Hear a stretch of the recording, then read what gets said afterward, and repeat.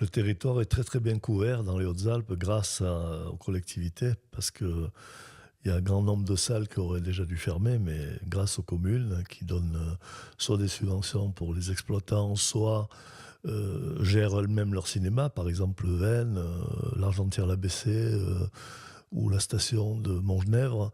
Donc grâce à la collectivité, on arrive à avoir une implantation intéressante. Il doit y avoir dans le département une couverture d'une douzaine de salles ouvertes quasiment à l'année, avec une fréquentation qui est aussi intéressante parce que la moyenne de fréquentation, si on reporte la fréquentation à l'année, qui est de l'ordre de 200, un peu plus de 200 millions de spectateurs ramenés à la population française, dans les Hautes-Alpes, on est un petit peu en dessus.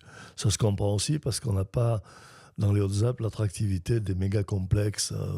Je crois que le plus proche grand complexe, c'était à Marseille ou à Grenoble, donc les gens ne partent pas particulièrement voir des films dans les complexes. Donc il y a un pôle à Gap intéressant avec les 6 salles du Palace et la salle du Club et du Centre. Un joli petit pôle à Embrun avec les 2 salles d'Embrun. Europe? Et puis Briançon, bon, on avait le pôle avec le Vauban et l'Éden. Et puis là, il y a un joli petit projet qui est en train de sortir de terre, là, qui est porté par le fils Rousse du Palace, qui devrait permettre d'implanter 4 nouvelles salles, plus les salles RSC.